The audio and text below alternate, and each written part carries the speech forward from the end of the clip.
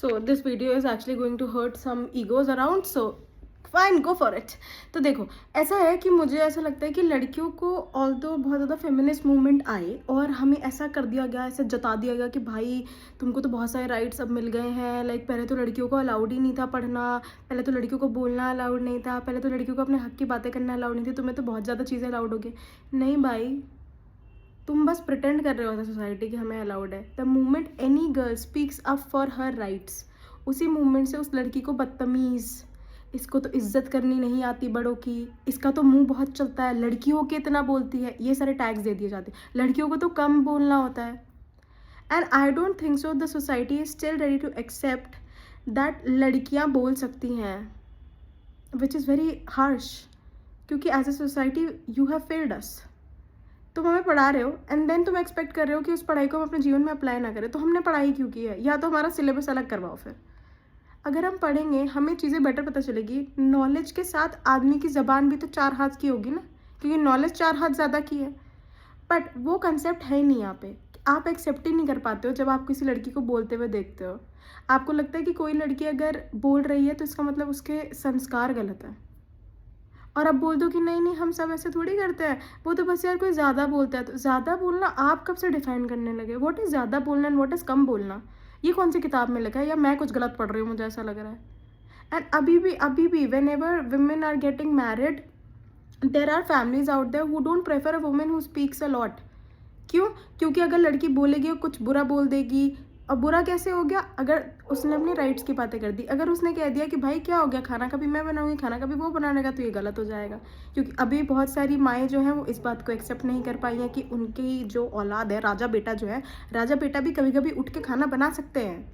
ऐसा, इसको जोरू का गुलाम नहीं कहते, इसको बेसिक ह्यूमन राइट्स में होता है. सबको अपने सर्वाइवल जितना खाना बनाना आना ही चाहिए. It is not about gender specification.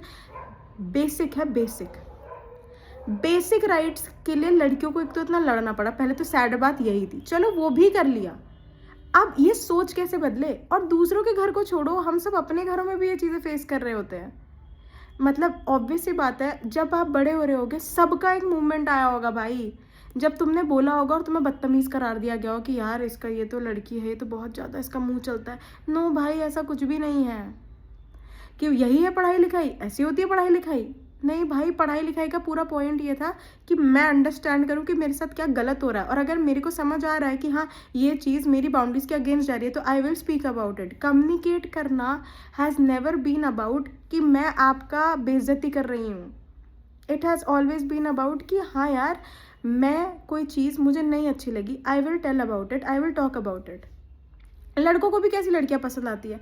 एकदम चुप रहने वाली, नहीं कुछ भी बोल दे, एग्रेशन दिखा दे, just pretend as if oh wow it's okay, I do understand, है ना भाई. Every time you cannot understand, there are bad days.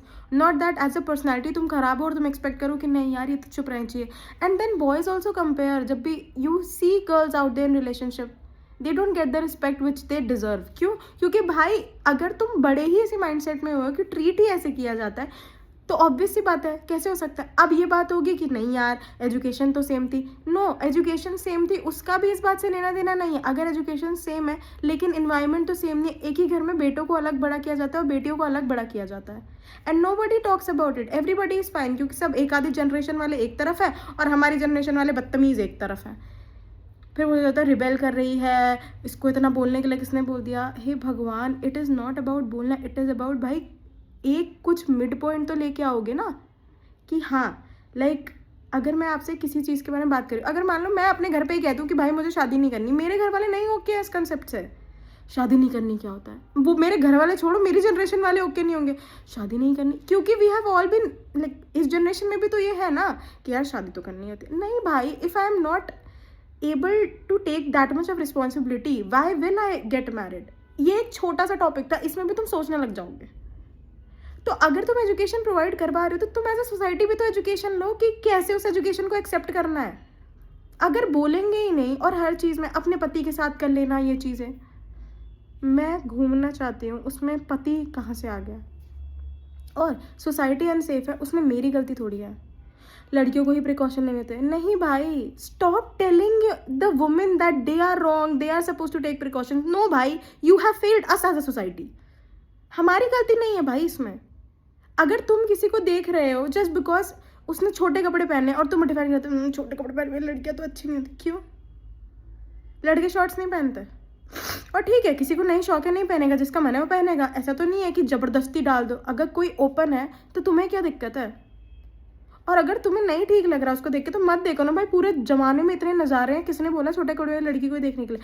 और इतनी हिपोक्रेट सोसाइटी में हम रहते हैं ना कि तुम इंस्टाग्राम उठा के देख लो, every girl who has been wearing expose cloth they have more views. तो इसका मतलब ये तो मत बोलो कि तुम देखना नहीं चाहते हो, just you are hypocrites about it कि नहीं ये तो गलत। इसमें गलत क्या है? इसमें संस्कार कहाँ से आते हैं? कपड़ों का संस्कार से कैसे लेना देना है? मैं तो बचपन से मैंने इतने लोगों की बात बोलते हुए सुन लिया कि अब मैं भी नहीं समझ पाई कि भाई मेरे कपड़ों का मेरे संस्कार से लेना देना कैसे है। डिसरिस्पेक्ट और रिस्पेक्ट बता कौन रहा है? और लड़कियों का बदतमीज और लड़कों का बदतमीज तो ज़मीन आसमान का अंतर हो गया, मुझे ऐसा लग रहा है। मतलब लड़कियों को ना even if they want to be like be soft they can't be, क्योंकि अगर तुम सॉफ्ट हो तो तुम दबाए जाओगे। ये बहुत हार्श बात है, चाहे तुम्हारा घर हो चाहे तुम्हारी एक्सटेंडेड फैमिली हो।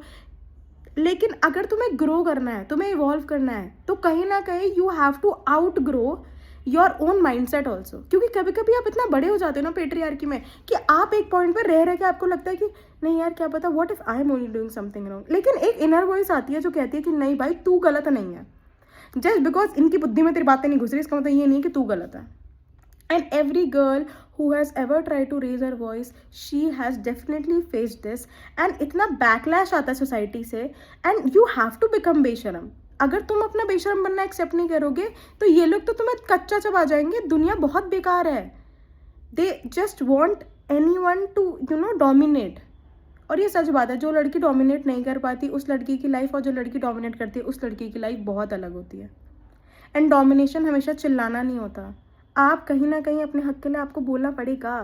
And this is sad because as a society जब कोई लड़की अपनी हक के लिए बोलती है तो उस लड़की को टैग्स दे दिए जाते हैं अलग अलग प्रकार से। एक छोटे से कपड़े से लेके एवरीथिंग हैज़ बीन जज्ड लड़कियों को लेके। और this video is not about कि लड़कों के साथ चीज़ें नहीं होती। आई डू एग्री, उनका अपना स्ट्रगल है। I come from this female gender, hence I am speaking about it. Guys are free to share their views, ये उनका है। But I think that you all will agree with this कि हाँ as a society this has become a major problem कि कभी भी कोई लड़की अपने हक के लिए बोलती है तो उसको पहले टैग दे दिया जाता है रादर देन उसको अंडरस्टैंड करने के। इसलिए सॉफ्ट गर्ल एरा ज़्यादातर लड़कियां जी ही नहीं पाती हैं, and then they try to actually have a home where they can be soft girl. ये घुमा फिरा के सच है, जबकि सॉफ्ट गर्ल एरा तो पहले से होना चाहिए, लेकिन नहीं, अपने हक के लिए बोलना पड़ता है।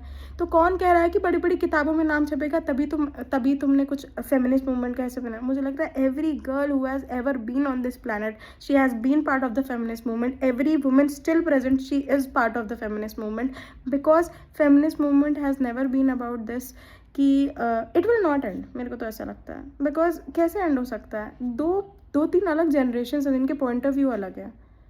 अगर जस्ट बिकॉज मैं भी अपने एक जनरेशन में आगे चली गई तो पीछे वालों को मैं कैसे वो कर सकती हूँ, कितना समझा दूँगी? एक एज के बाद समझाना भी तो मुश्किल है। But I think as a society hope we can do better, and this was my point of view. You are free प्राणीज, you can tell your point of view.